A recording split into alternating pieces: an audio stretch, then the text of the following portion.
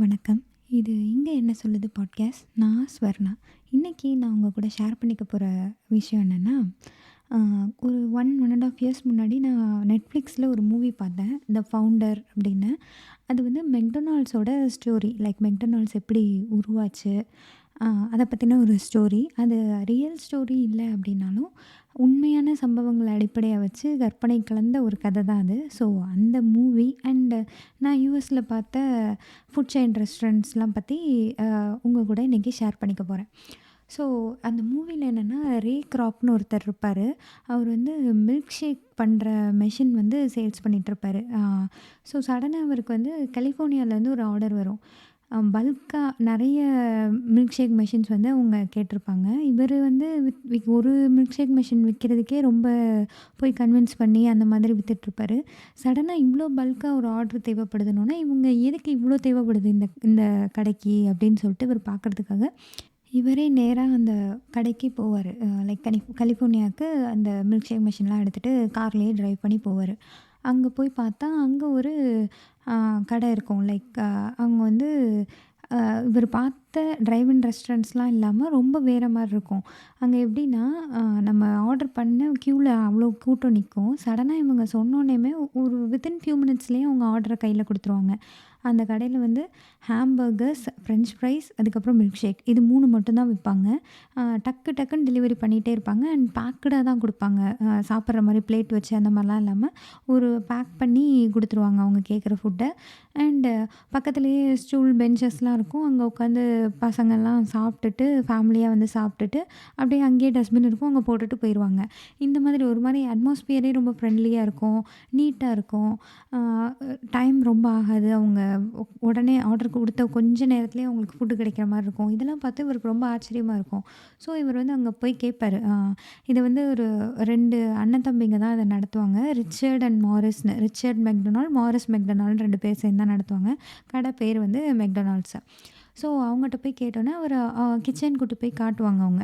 என்ன நடக்குது? எப்படி இவ்வளோ ஸ்பீடா சர்வீஸ் பண்றோம்? அப்படின்றத காட்டுவாங்க. பார்த்தா இவங்க வந்து அ அ லைக் பேட்டிலாம் இருக்கும் இல்லையா? அந்த ஹாம்பர்கர்ஸ்ன்றது பீஃப் பர்கர்ஸ் தான். ஸோ அதோட பேட்டி அது ஒரு சைடு ரெடி ஆயிட்டே இருக்கும். பன் ஒரு சைடு ரெடி ஆயிட்டே இருக்கும்.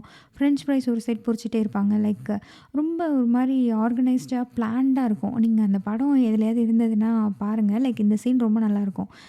இவங்க போட போட லைக் ஒரு சைடு அவங்க எம்ப்ளாயீஸ்லாம் இது போட்டுட்ருப்பாங்க, பேட்டீஸ் பண்ணிட்டுருப்பாங்க. இன்னொரு சைடு பன்னு டக்கு டக்குன்னு திரும்பி ஒரு அட் அ டைம்ல ஒரு பயங்கர சிங்க்கா ஒர்க் பண்ணுவாங்க.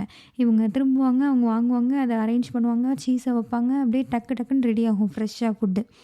இந்த மாரி இருக்கும். லைக் எம்ப்ளாயீஸ்லாம் ரொம்ப ஸ்பீடா ஒர்க் பண்ணுவாங்க. பயங்கர ஸ்பீட் சர்வீஸா இருக்கும். ஸோ இப்படி தான் இந்த கடை இயங்குது அப்படின்னு பார்த்தோன்னா, இவருக்கு ரொம்ப ஆச்சரியமா இருக்கும். அவங்க 2 பேர்ட்டயும் வந்து ஒரு டின்னர்ல மீட் பண்ணி பேசுவாரு. என்ன எப்படி இத ஆரம்பிச்சீங்க என்னன்னு. ஸோ இவங்க அந்த அண்ணன், தம்பி 2 பேரும் வந்து இந்த கடைக்கு பின்னாடி இவங்க என்ன உழைப்பு போட்டாங்க, எப்படி இத வந்து கிரியேட் பண்ணாங்க, இதோட ஐடியா எப்படி வந்தது, இதெல்லாம் வந்து அவங்களுக்கு எக்ஸ்பிளைன் பண்ணுவாங்க. லைக் ஒரு அ கொஞ்சம் வருஷம் முன்னாடி அவங்க ஒரு பார்க் மாரி ஒரு இடத்துல சும்மா கட்டம்லாம் போட்டு, அ எவ்வளோ நிமிஷம் வந்து எவ்வளோ செகண்ட்ஸ் வந்து அந்த பேட்டி குக் ஆகணும், எவ்வளோ செகண்ட்ஸ் அந்த பன்னு பேக் ஆகணுன்றதுலேருந்து எல்லாமே சிஸ்டமேட்டிக்கா, பிளான்டா ஒரு ஷெட்யூல்குள்ளே கொண்டு வந்து ரொம்ப பெர்ஃபெக்ட்டா எல்லாத்தையுமே பிளான் பண்ணியிருப்பாங்க. எவ்வளோ நேரத்தில ஒரு ஆர்டர இவங்களால குடுக்க முடியும் அப்படின்றத எக்ஸாக்ட்டா கால்குலேட் பண்ணி, அவங்க கடையே எப்படி இருக்கணும், அதாவது அவங்க கிச்சன் எப்படி இருக்கணும், எந்த மாதிரி இருந்தா இந்த ஸ்பீடான சர்வீஸுக்கு இது யூஸ்ஃபுல்லா இருக்குன்ற அந்த இது வரையும் எல்லாமே அவங்க உட்காந்து பிளான் பண்ணியிருப்பாங்க. ஒரு பெரிய பார்க்ல கட்டம் கட்டமா போட்டு டிசைன் பண்ணி, கடை இப்படி தான் இருக்கணும் எல்லாமே அவங்க சூப்பரா பிளான் பண்ணியிருப்பாங்க. இப்படி தான் நாங்க எக்ஸிக்யூட் பண்றோம் அப்படின்னோனே, இவருக்கு வந்து ரொம்ப ஆச்சரியமா இருக்கும். ஸோ இவ்ளோ அ ஸ்பீடா குடுக்குறீங்க, இவ்ளோ நல்ல ஃபுட் குடுக்குறீங்க. இத வந்து ஃப்ரான்ச்சைஸா நெறைய பேருக்கு கொண்டு போலாமே அப்படின்னு சொல்லி இவரு கேட்பாரு. அவங்க சொல்லுவாங்க, நாங்க ட்ரை பண்ணோம் ஃப்ரான்ச்சைஸ் குடுக்குறதுக்கு. ஆனா, நாங்க ஃப்ரான்ச்சைஸ் குடுத்தவங்க, அத இதே குவாலிட்டில அவங்க மெயின்டெயின் பண்ணவே இல்ல." அப்படின்ற மாரி இவங்க சொல்லுவாங்க. அதனால நாங்க அந்த ஐடியாவ விட்டுட்டோம். இப்போதைக்கு எங்களுக்கு இந்த கடையே போதும். நாங்க இந்த மாரி ஃப்ரான்ச்சைஸ் குடுத்து பிரான்ச்சஸ் ஓப்பன் பண்ற மாரிலாம் எங்களுக்கு ஐடியாவே இல்ல." அப்படின்னு சொல்லிருவாங்க. இவர் என்ன சொல்லுவாருன்னா, "இல்ல நான் வந்து உங்களுக்கு அந்த ஃப்ரான்ச்சைஸோட ஹெட்டா இருக்கேன். அ இதே குவாலிட்டி மெயின்டெயின் ஆகுற மாரி நான் பார்த்துக்கிறேன். நான் உங்களுக்கு இந்த மாரி வேற வேற இடத்துல பிரான்ச் இது பண்ணி அது எல்லாத்தையும் நான் மேனேஜ் பண்றேன்." அப்படின்ற மாரி ஃப்ரான்ச்சைஸ் நம்ம குடுக்கலாம் அப்படின்ற மாரி இவரு சொல்லுவாரு. அ உடனே ஓகே அவங்கள ரொம்ப கன்வின்ஸ் பண்ணி சரின்னு சொல்ல வச்சுருவாரு. அவங்களும் ஓகே அப்படின்னு சொல்லிருவாங்க. அண்ட் இவர் வந்து மொத ஒரு ஒரு ரிச்சான ஒரு ஆள்ட்ட போய் கேட்பாரு. இந்த மாரி ஒரு கடை இருக்கு. அதோட ஃப்ரான்ச்சைஸா நீங்க எடுத்து நடத்துங்க அப்புட்னோனே, அவரும் சரி ஓகே அப்புட்னுவாரு. ஸோ அங்க அந்த கடை ஸ்டார்ட் ஆகுறப்ப பார்த்தா, ஒரு என்ன சொல்ல, இங்க இருந்த மாரி எதுவுமே அங்க ஆர்கனைஸ்டாவே இருக்காது. கரெக்டாவே இருக்காது. இவர் வந்து ரொம்ப ஒரு மாரி ஃபெட்டப் ஆயிருவாரு. போயிட்டு அவர்ட்டயே கேட்பாரு, "நான் உனக்கு ஃப்ரான்ச்சைஸ் குடுத்தேன்ல, நீ ஏன் இப்படி நடத்துற?" அப்புட்னோனே, "எனக்கு 100 ரெஸ்டாரண்ட் இருக்கு. நான் இந்த கடைய பார்க்குறது மட்டும் தான் எனக்கு வேலையா? அதெல்லாம் இவ்வளோ தான் நடத்த முடியும் போ" அப்படின்ருவாரு. உடனே இவருக்கு ரொம்ப கஷ்டமாயிரும். தென் ஒரு மிடில் கிளாஸ் ஃபேமிலிய பார்ப்பாரு. அவங்க வந்து ரொம்ப ஹார்ட் ஒர்க் பண்ணுவாங்க. ரொம்ப முன்னேறணும்னு ஆசைப்படுவாங்க. ஸோ இவரு அவங்களுக்கு ஃப்ரான்ச்சைஸ் குடுத்துருவாரு. நீங்க இந்த கடைய வச்சு நடத்துங்கன்னு ஒரு ஹஸ்பண்ட் அண்ட் ஒய்ஃப்‌க்கு குடுத்துருவாரு. அவங்க வந்து இந்த வாழ்க்கையில முன்னேறணும், சாதிக்கணும், நல்லா முன்ன வரணும்னு நினைக்கிற ஒரு ஹார்ட் ஒர்க்கிங் பெர்சனா இருப்பாங்க. ஸோ அந்த மிடில் கிளாஸா இருக்கவங்க தானே நெறைய முன்னேறி வரணும்னு நெனைப்பாங்க. அவங்கட்ட குடுத்தா தான் சரியா வரும்னு, அந்த மாரி ஆட்களையா பிடிச்சு இவரு குடுக்க ஆரம்பிப்பாரு. இந்த மாரி இவரோட பிஸ்னஸ் போயிட்டுருக்கும். அப்புறம் அ என்ன ஆகும்னா, லைக் ப்ராஃபிட்லாம் பெருசா வராது. ரொம்ப கரெக்ட்டா இருக்க மாரி இருக்கும். ஏன்னா, இவங்க வந்து இது எங்க என்ன ப்ராப்ளம்னு கண்டுபிடிக்கிறப்போ, இவரு அந்த மில்க் ஷேக் பண்றாங்க இல்லையா? அந்த மில்க் ஷேக் பண்றதுல அ அதுக்கான ஐஸ்கிரீம்ஸ ஸ்டோர் பண்றதுக்கான ஃப்ரிட்ஜ் வச்சிருப்பாங்க. அந்த ஐஸ்கிரீம் ஸ்டோர் பண்ணி அது மூலியமா மில்க் ஷேக் பண்ணி லைக் அந்த ஐஸ்கிரீம்லேருந்து மில்க் ஷேக் பண்ணி அந்த மாரி அவங்க சேல் பண்ணிட்டுருப்பாங்க. இதில வந்து கொஞ்சம் நெறைய காசாகும். ஸோ, இத வந்து பவுடர் மில்க் ஷேக்கா மாத்திரலான்னு இவர் நெனைப்பாரு. பவுடர் போட்டு குடுத்தா, அந்த ஃப்ரிட்ஜோட இதுவும் காஸ்ட் கட்டிங் ஆயிரும். அ இந்த நமக்கு லாபமும் வர ஆரம்பிச்சுரும். மில்க் ஷேக் மூலியமா அப்படின்றத இவரு பாப்பாரு. இத போய் அந்த பிரதர்ஸ் கிட்ட சொல்லையில அவங்க வந்து அதெல்லாம் முடியாது. குவாலிட்டி காம்ப்ரமைஸ் பண்ற மாரி இருக்கும். இருக்கிற ப்ராஃபிட்டே போதும் போ அப்படின்ற மாரி சொல்லிருவாங்க. இவரு நெறைய பேருக்கு ஃப்ரான்ச்சைஸ் குடுத்து அதெல்லாம் மேனேஜ் பண்ணிட்டு இருக்கனால, இவருக்கு கொஞ்சம் அதனால மணி ப்ராப்ளம்லாம் வர ஆரம்பிக்கும். ஸோ அந்த மாரி இருக்கையில ஒருத்தர் வந்து இவருக்கு வந்து ஒரு சஜஷன் சொல்லுவாரு. "நீ வந்து இந்த ஃப்ரான்ச்சைஸா குடுக்கிறத ஒரு ரியல் எஸ்டேட் பிசினஸ் மாரி பண்ணா என்ன?" அப்படின்ற மாரி சொல்லுவாரு. ஆக்சுவலி ஃப்ரான்ச்சைஸ்னா எந்த மாரி இருக்கும் அப்படின்னா, இப்ப நம்ம ஊர்லலாம் கிரீன் ட்ரெண்ட்ஸ் அந்த மாரி ஏதோ ஒரு கடை ஃப்ரான்ச்சைஸ் நம்ம எடுக்கிறோம்னா, நம்மளோட இடம் நம்ம நம்ம வீடோ, நம்ம கடையோ லைக் ஒரு இடம் நம்ம சொல்ட்டோம்னா, அங்க வந்து அவனுடைய பார்லர அவன் ஃபுல்லா செட்டப் பண்ணி குடுத்துருவான். அ ஸோ எம்ப்ளாயீஸும் அவன் எந்த மாரி இருக்கணும், அதோட கைட்லைன்ஸு எல்லாமே குடுத்துருவான். எம்ப்ளாயீஸ்லேருந்து எல்லாத்துக்குமே அவன் கைட்லைன்ஸ் குடுத்துருவான். அதுக்கப்புறம் அ இதுக்கு வந்து ப்ராஃபிட்ல எவ்வளோ ஷேரு, எந்த மாரி அவங்களுக்கு ப்ராஃபிட் ஷேர் போணும், எல்லாமே இது பண்ணி ஒரு ரெஜிஸ்டர் பண்ணி ஒரு கான்ட்ராக்ட்குள்ள வந்துருவாங்க. ஸோ இடம் நம்மளோடதா தான் இருக்கும். அவன் அவனோட கடைய கொண்டு வந்து வைப்பான். நம்ம பார்த்துக்குவோம். ப்ராஃபிட்ல ஒரு ஷேர் அவனுக்கு குடுப்போம். இந்த மாதிரி தான் மோஸ்ட்லி நடக்கும். பட் மெக்டொனால்ட்ஸ் என்ன பண்ணும்னா, இடத்த அவங்க ஓன் பண்ணிருவாங்க. லைக் ஒரு இடம் எந்த இடத்துல மெக்டொனால்ட்ஸ் இருக்கணுன்றத அவங்க தான் முடிவு பண்ணுவாங்க. ஸோ அந்த இடத்தோட சொந்தக்காரவர் அவர் தான். அத வந்து கிட்டத்தட்ட ரென்ட்டுக்கு விடுற மாரி தான் அவங்க ஃப்ரான்ச்சைஸ் குடுப்பாங்க. அ அங்க மெக்டொனால்ட்ஸ் செட் பண்ணி குடுத்துருவாங்க. இவங்க பார்த்துக்கிட்டு அதுக்கு ரென்ட் மாரி ஒரு அமௌண்ட்டும் இவங்க குடுக்கணும். ப்ளஸ் வந்து அ அது ஓடுறது அதில இருந்த ப்ராஃபிட்டும் இவங்க குடுக்கணும். ஸோ மெக்டொனால்ட்ஸ் இன்ன வரையுமே அப்படிதான் நடக்குது. அந்த ப்ராப்பர்ட்டி எல்லாமே இவங்களோட ஓன் ப்ராப்பர்ட்டி. ஸோ இவங்க அதுக்கான ரென்ட்டும் அவங்க வாங்குவாங்க. ஸோ இவங்க வந்து ஃபுட்ட டெலிவர் லைக் அந்த ஃபுட் ப்ராடக்ட்ஸ் விக்கிறதுலேருந்து வர லாபத்த விட அந்த ஃப்ரான்ச்சைஸ் வந்து இந்த மாரி ரியல் எஸ்டேட்டா பண்றதுனால தான் இவங்களுக்கு பெரிய லாபம் கிடைக்க ஆரம்பிச்சிருக்கும்.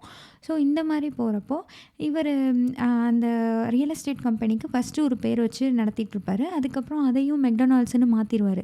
அத மாத்திட்டு இவரு நெறைய குடுக்க ஆரம்பிச்சுருவாரு. நெறைய லாபம் வர ஆரம்பிச்சுரும். நெக்ஸ்ட் என்ன பண்ணுவாருன்னா, அந்த பவுடர் மில்க் ஷேக்லாம் அவரா இன்ட்ரோடியூஸ் பண்ணி விட்டுருவாரு. லைக் அந்த இனிஷியலா ஒரு மெயின் கடை இருக்கும் இல்லையா? அந்த பிரதர்ஸ் நடத்துற கடை இருக்கும் இல்லையா? அத தவிர மத்த எல்லாத்துலயும் வேற நெறைய இம்ப்ளிமெண்டேஷன் பண்ணிருவாரு. இவங்க வந்து என்ன சொல்லியிருப்பாங்கன்னா, எந்த கடையில என்ன இம்ப்ளிமெண்ட் பண்றதா இருந்தாலும் எங்ககிட்ட கேட்டு தான் நீங்க பண்ணணும். இந்த அப்ரூவல் எங்களோடது இருக்கணுன்றது தான் அவங்க கான்ட்ராக்ட்ல சைன் பண்ணியிருப்பாங்க. பட் வந்து இவரு அ அத மாத்திருவாரு. இவங்க எல்லாத்துக்குமே நோன்னு சொல்றனால, இந்த மாரி அ லைக் ரியல் எஸ்டேட் கம்பெனி மாரி அத நடத்தி, அந்த இடத்துல இவருடைய ரூல்ஸ் எல்லாம் போட்டுருவாரு. ஸோ இந்த மாரி நடக்குது அப்படின்னு தெரிஞ்சோனே, இவங்களுக்கு ரொம்ப ஷாக்கிங்கா இருக்கும். ஆ லைக் இவங்க வச்சிருக்க அந்த பிஸ்னஸ் கான்ட்ராக்ட்ட விட இவர் ரியல் எஸ்டேட் பண்ணி அந்த செட்டப் வந்து ரொம்பவே வளர்ந்துருக்கும். ஸோ இவங்களால ஒன்றுமே பண்ண முடியாது. இந்த மெக்டொனால்ட்ஸ்ன்ற நேம் வந்து அவருக்கு தான் சொந்தன்ற மாதிரி தான் எல்லாமே இருக்கும். ஸோ இதெல்லாம் நம்ம ஒன்றுமே பண்ண முடியாதுன்ற நிலைமைக்கு வந்துட்டோன்னு இவங்களுக்கு தெரிஞ்சோன்னே, இதில் அந்த அண்ணன் தம்பி 2 பேரில் ஒருத்தருக்கு உடம்பு சரியில்லாம வந்துரும். ஸோ இவர் வந்து போய் கேட்பாரு. நான் ஒரு பிளாங்க் செக் குடுத்து உங்க மெக்டொனால்ட்ஸ்ன்ற அந்த நேமு, உங்க கடை எல்லாத்தையும் எனக்கு குடுத்துருங்க. அதுக்கான அமௌண்ட் எவ்வளவோ நீங்க ஃபில் பண்ணிக்கோங்க அப்படின்னு சொன்னோனே, அவங்களுக்கு ஒண்ணுமே பண்ண முடியாது. ஓகே இத குடுத்து தான் ஆகணுன்ற மாரி ஒரு நிலைமை வந்துரும். சரின்னு அவங்க $2.7 மில்லியன் அ அத வித்துருவாங்க. அந்த மெக்டொனால்ட்ஸ்ன்ற பேர. அவங்க என்ன சொல்லியிருப்பாங்கன்னா, அந்த பேர் இனிமே உனக்கு தான் சொந்தம். ஆனா அந்த கடை இருக்கு இல்லையா? அவங்களோட கடை. அது வந்து இங்கே தான் இருக்கும். எங்க கிட்ட தான் இருக்கும். அண்ட் இந்த மெக்டொனால்ட்ஸ் வந்து சம்பாதிக்கிற லாபத்தில ராயல்ட்டியா எங்களுக்கு வருஷத்துக்கு 1% லாபத்த வந்து எங்களுக்கு குடுக்கணும் அப்படின்ற மாரி சொல்லியிருப்பாங்க. இவர் வந்து கான்ட்ராக்ட் சைன் பண்ணையில, நீங்க அந்த சொந்த கடைய நீங்களே வச்சுக்கோங்க. மெக்டொனால்ட்ஸ்ன்ற பேர நான் வச்சுப்பேன். அதெல்லாம் கான்ட்ராக்ட்டா எழுதிருவாங்க. ஆனா அந்த 1% லாபம்ன்றத மட்டும் ஹேண்ட்ஷேக் டீலா வச்சுக்குவாங்க.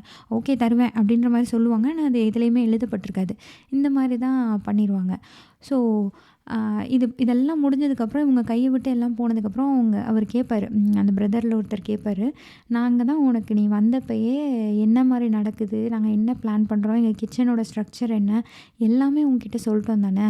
ஸோ நீயே இந்த இந்த ஐடியாவெல்லாம் இம்ப்ளிமெண்ட் பண்ணி நீயே ஒரு கடை ஆரம்பிச்சிருக்க வேண்டியது தானே! எதுக்கு எங்க கடைய வந்து இந்த மாரி ஃப்ரான்ச்சைஸ்ன்னு எடுத்து மொத்தமா புடுங்கிட்ட? அப்படின்னு சொல்லி கேட்பாரு.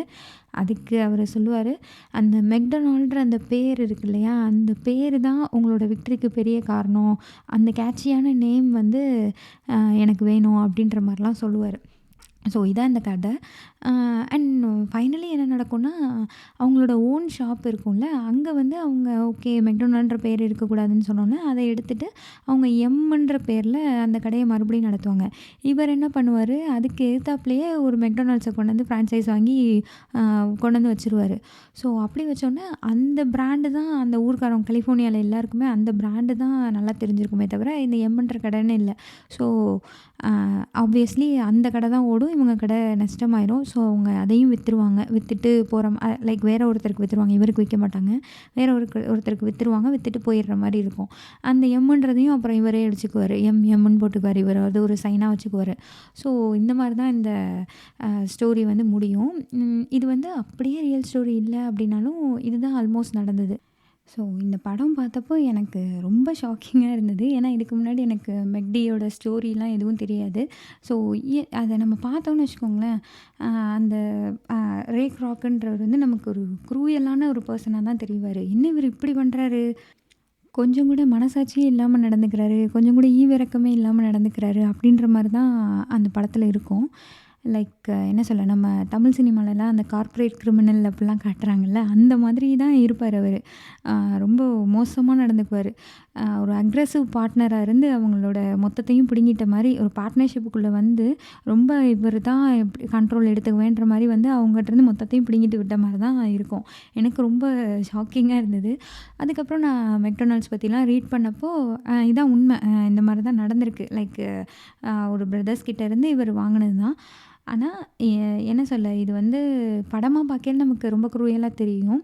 அண்டு கொஞ்சம் க்ரூயல்ன்னு தான் வச்சுக்கலாமே. ஆனா வந்து ஒருவேளை இவர் இந்த மாரி இத கொண்டு வரல அப்படின்னா, அந்த மெக்டொனால்ட்ஸ்ன்ற ஒரு கான்செப்ட் வந்து அந்த ஒரு ஃபுட் செயின் அந்த ஃபாஸ்ட் ஃபுட் ரெஸ்டாரண்ட் வந்து அ அந்த கலிஃபோர்னியாவ தவிர வேற எங்கேயுமே இருந்திருக்காது.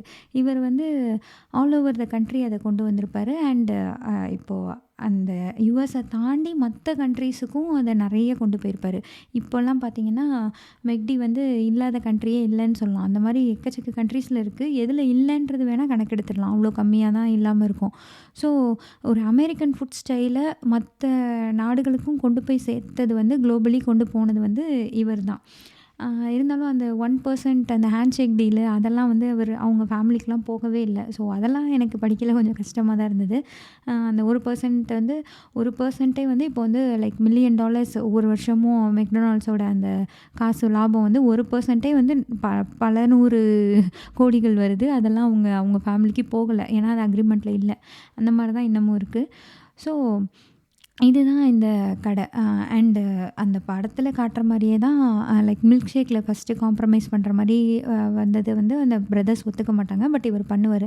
அதே மாரி இவங்க நெறைய குவாலிட்டியில வந்து காம்ப்ரமைஸ் பண்ணிட்டாங்கன்னு தான் நான் நெனைக்கிறேன்.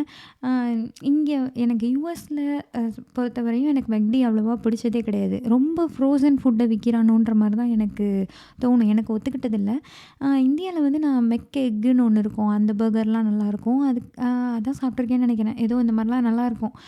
ஓரளவுக்கு ஓகேவா தான் இருக்கும். எதுவும் எனக்கு பிரச்சனைலாம் எதுவும் பண்ணது கிடையாது. பட் இங்க வந்து அ மெக் சிக்கன்னு ஒ ஒரு பர்கர் இருக்கும். சிக்கன்லேயே அது ஒண்ணு தான் இருந்தது நான் பார்த்து. மத்த எல்லாமே பீஃப் தான். ஸோ அந்த மெக் சிக்கன் பர்கர் வாங்கியிருக்கேன். அது வந்து கோவிடுக்கு முன்னாடி $1க்கும் கம்மி 88 சென்ட்ஸ் தான் இருக்கும். நான் போய் மெக்சிகன்னு கேட்டா, வேற அப்படி கேட்பான். அவ்வளோதான் அப்படின்னோனே 88 சென்ட்டுன்னு ஒரு பில்லா அப்படின்ற மாரி என்னைய பார்ப்பாங்க. நான் அது சாப்பிட்டுருக்கேன். பட் எனக்கு அது அ ச ஒத்துக்கிட்டது இல்ல. அண்ட் நெறைய கேஸ்லாம் வந்து வந்திருக்கு.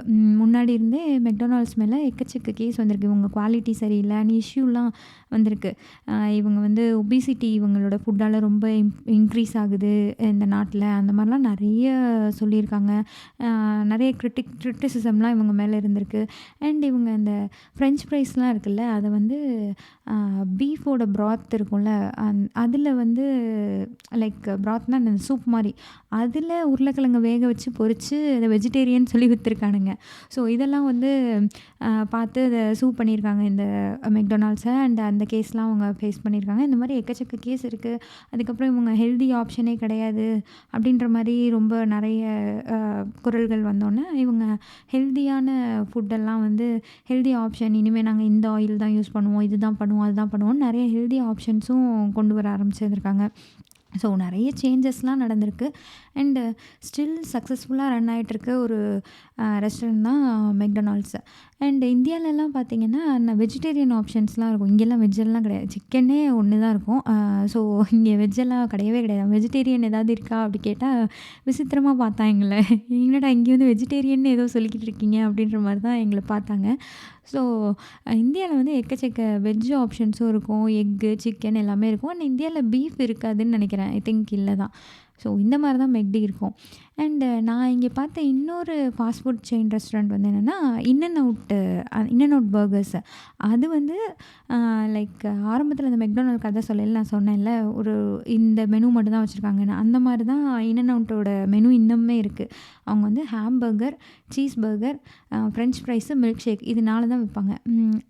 இது 4 மட்டும் தான் அவங்க மெனுலயே இருக்கும். ஸோ இந்த கடை வந்து அ நம்ம வந்து நோ மீட் ஆப்ஷன் அந்த மாரி கேட்டோம்னா, அந்த பேட்டி அந்த ஹாம் லைக் அந்த பீஃப் வந்து அந்த பேட்டில தானே இருக்கும். அது இல்லாம அதுக்கு பதிலா கிரில்டு ஆனியன், டொமேட்டோ, லெட்யூஸு இதெல்லாம் வச்சு நமக்கு பேக் பண்ணி குடுப்பான். அதுவே நல்லா தான் இருக்கும். மெக்டொனால்ட்ஸ் கம்பேர் பண்ணையில அந்த பன்னு எல்லாமே ஃப்ரெஷ்ஷா இருக்க மாரி இருக்கும். அவன் உள்ள வச்சிருக்க சாஸு, அந்த சீஸு எல்லாமே கொஞ்சம் நல்லா இருக்க மாரி இருக்கும். நான் அது சாப்பிட்டுருக்கேன். அது நல்லா தான் இருக்க மாரி இருக்கும். ஸோ இவன் வந்து என்னன்னா, அந்த அளவுக்கு இன் அண்ட் அவுட் பர்கர்ஸ் வந்து மெக்டி அளவுக்கு எல்லா இடத்துலலாம் இருக்காது. லைக் யுஎஸ்குள்ளேயே நெறைய இடத்துல இருக்காது. ஏன்னா, அவன் வந்து அவனோட குவாலிட்டிய வந்து காம்ப்ரமைஸ் பண்ண விரும்பலங்கிறது தான் அவங்க ரீசனா சொல்றாங்க. லைக் அவங்களோட பேட்டிலாம் வந்து ஃப்ரோசனா இல்லாம ஃப்ரெஷ்ஷா ப்ரிப்பேர் பண்றாங்க. அவங்களோட பர்கர் பன்ஸு, லைக் பேட்டீஸ் எல்லாமே வந்து ஃப்ரெஷ்ஷா ஒரு இடத்துலருந்து ப்ரிப்பேர் பண்ணி, அத வந்து அந்த அவுட்லெட்லேருந்து எத்தன கடைகளுக்கு போக முடியும் அப்படின்ற லைக் இங்கே ஒரு ஃபேக்ட்ரியில இதெல்லாம் ப்ரிப்பேர் பண்றாங்கன்னா, அங்கேருந்து ட்ரக்ல கொண்டு போய் அடுத்த நாள் காலையில டெலிவர் பண்ணுவாங்க கடைகளுக்கு. அந்த மாதிரி எவ்வளோ தூரம் நம்ம டெலிவர் பண்ண முடியுமோ, அந்தந்த டிஸ்டன்ஸில மட்டும் தான் அவங்க கடையே வச்சிருக்காங்க. ஸோ ரொம்ப கம்மியா தான் இருக்கு யுஎஸ்குள்ளேயே. அவனோட ஃபேக்ட்ரிஸும் கம்மியா தான் இருக்கு. ஸோ அவனோட அவுட்லெட்ஸும் கம்மியா தான் இருக்கு. இன் அண்ட் அவுட் பர்கர் வந்து இப்போ டெக்சாஸ்ல இருக்கும். பட் சில ஸ்டேட்லலாம் இருக்கவே செய்யாது. அந்த மாதிரி தான் இருக்கும். ஸோ அவன் குவாலிட்டி காம்ப்ரமைஸ் பண்ணக்கூடாதுன்றதுக்காக இந்த மாரி பண்ற கடையும் இருக்கு. அண்ட் இன் அண்ட் அவுட் பர்கரும் ஒண்ணும் எந்த இஷ்யூவே வரலையா அப்படிலாம் இல்ல. அங்கேயும் ஃபுட் பாய்சன் வந்திருக்கு. அந்த மாதிரியான கேஸஸ்லாம் அவங்களும் ஃபேஸ் பண்ணியிருக்காங்க.